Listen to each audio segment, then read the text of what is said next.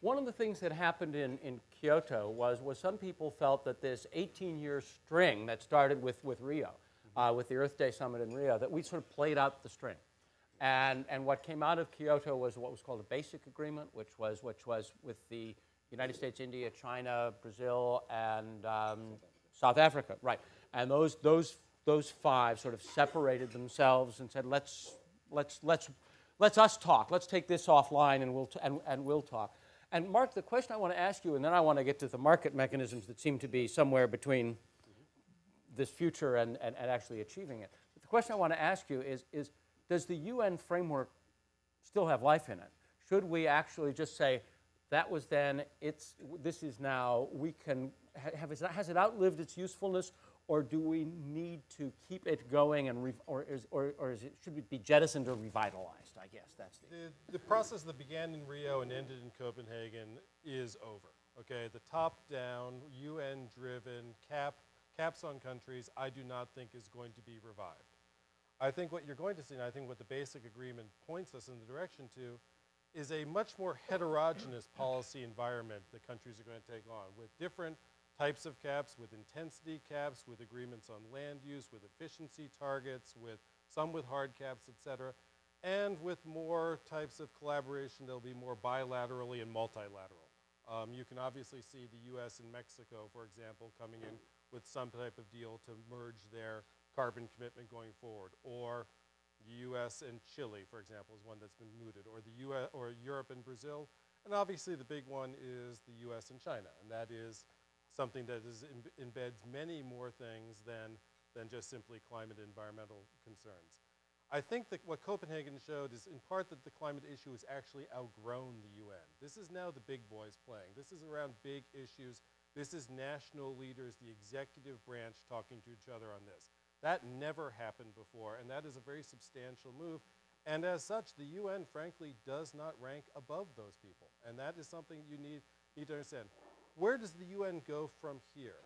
Clearly, Copenhagen was a disaster. It was a disaster both in terms of its overall, but disaster's slightly strong. It was a disaster in terms of its overall outputs and what was expected and what came out. And it was not helped by the fact that it was basically a logistical nightmare. And that, put a lot of pressure on people, and there was no real possibility to actually get people to work on these things. And that was ultimately the problem. Where do we go from here? The UN has to reestablish its credibility as a neutral arbiter, as a more of a technical agency between countries, rather than just simply, as it says, a top-down, we shall do these things collectively. It needs to look, if we're going to have different types of commitments, how are we going to adjust those against each other? How is one commitment going to look against another? How do you create some form of common currency, some sort of comparativeness to understand how things are working between each other?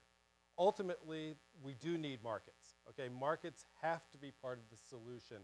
I disagree a little bit with Vinod. I think that policy by definition shapes markets and puts them in place. And you have to have that for this transitional phase. We have an enormous amount of capital stock out there that will require change over. Not every single power plant is going to be able to put something on the back end of it that will enable it to produce viable materials for the building stock, okay? We do need ways of keeping what Kyoto showed us, that markets and innovation sprout up everywhere as part of this process. So what we need, what I think I hear you saying, and Peter, I want to ask you to comment on this, is that we may be coming up with a heterogeneous patchwork of agreements among nations, a patchwork of policies, and that unless we have some sort of very clear price signal that is so that you have apples to apples to apples despite this patchwork, I mean, the problem with a patchwork is that you could get a race to the bottom, right? Mm-hmm. I can find, ooh, here's a loophole through which I can dive. And what we're trying to create is a race to the top. We're trying to create the incentives so that you get a race to the top. And Peter, as you look at this future, first of all, do you think that that's right, that we're going to have this collection of bilateral, multilateral agreements?